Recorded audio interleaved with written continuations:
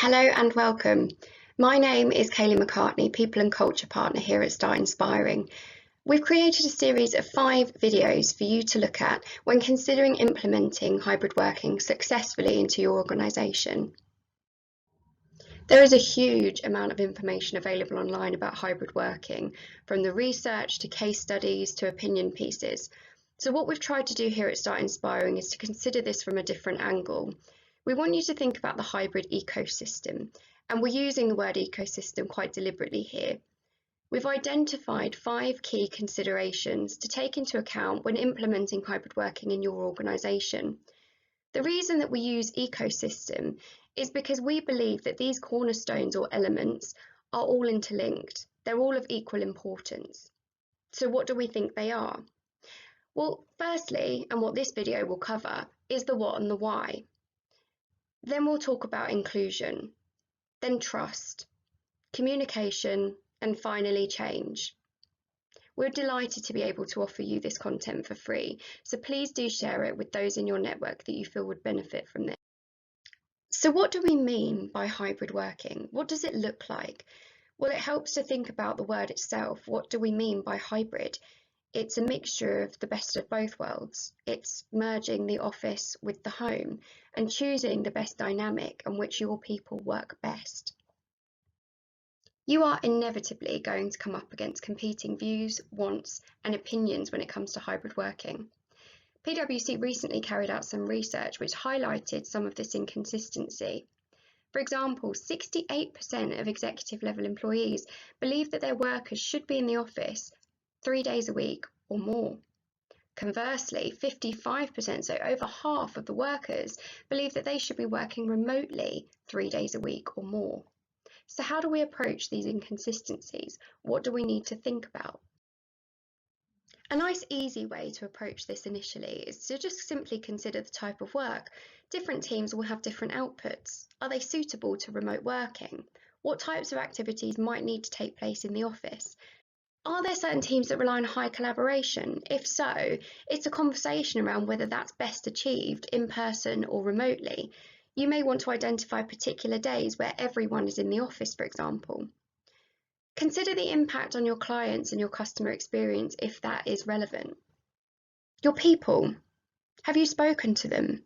Do you know what they want? After all, these people have pretty much been working in some hybrid fashion for the last 18 months. So think about what they might want to suggest to you. You might be surprised by what they come up with. Do you need to coordinate in order to protect your culture? Are there certain people that need to be in the building at the same time? And finally, the practical side of things. Do you have the infrastructure? Do people have the right equipment? Do they understand how to use that equipment? Is some digital upskilling required so that everyone experiences remote working in the same way? Let's not forget that for some people, working remotely might initially cause some challenges.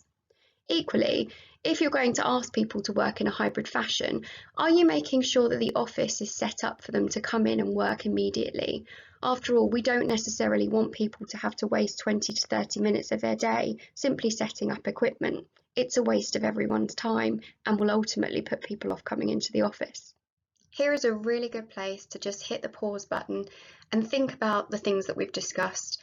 Write down some notes. What do you now need to know? Who do you need to find it out from? What questions do you need answers to in order to implement things successfully? Then press play whenever you're ready. So why the move towards hybrid working? After all, the threat is diminishing. We are returning to offices. Normality is resuming at a rapid rate. So why do we need to have hybrid working? What's wrong with going back to the office? Well, quite simply, it's not what people want to do. People like having the flexibility. It improves work-life balance, reduces travel time, potentially offers less distractions. It demonstrates trust between an employer and employee, building a culture of ownership. There's improved motivation, an opportunity to upskill digital knowledge, and last but certainly not least, in the war for talent, it's attractive to candidates. Are you sure that you would be able to compete for talent against your competitors if you're not willing to consider more agile ways of working? With a move towards hybrid working models, we need to think about the design of the employee journey. It has changed and it will change. We need to move through 3 different elements: experience, collaboration, and management. In the office-centric design, the more traditional historic design of the world of work, location would be the pillar that we would design work around. With a move to more human-centric design, such as a hybrid model, the individual is the stable pillar. Now let's consider these 3 elements separately. First, let's talk about work experience. Work experience in an office-centric design works around the principle of equality of experience, the idea that everybody has the same experience of the working world. However, in a human-centric design, we have to provide flexible work experiences and acknowledge that not everybody experiences the world of work in the same way. Therefore, it's not about equality of experience, it's actually about equality of opportunity, making sure that whoever you are and however you choose to work, everybody has the same opportunities. Next, we need to consider collaboration.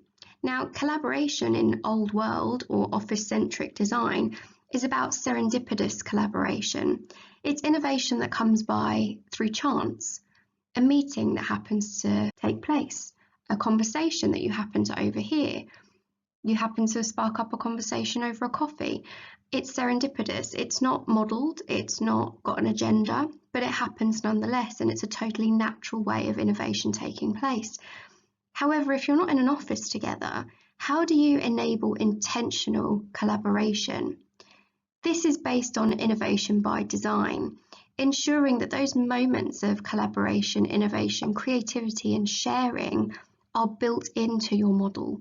Otherwise, they get lost.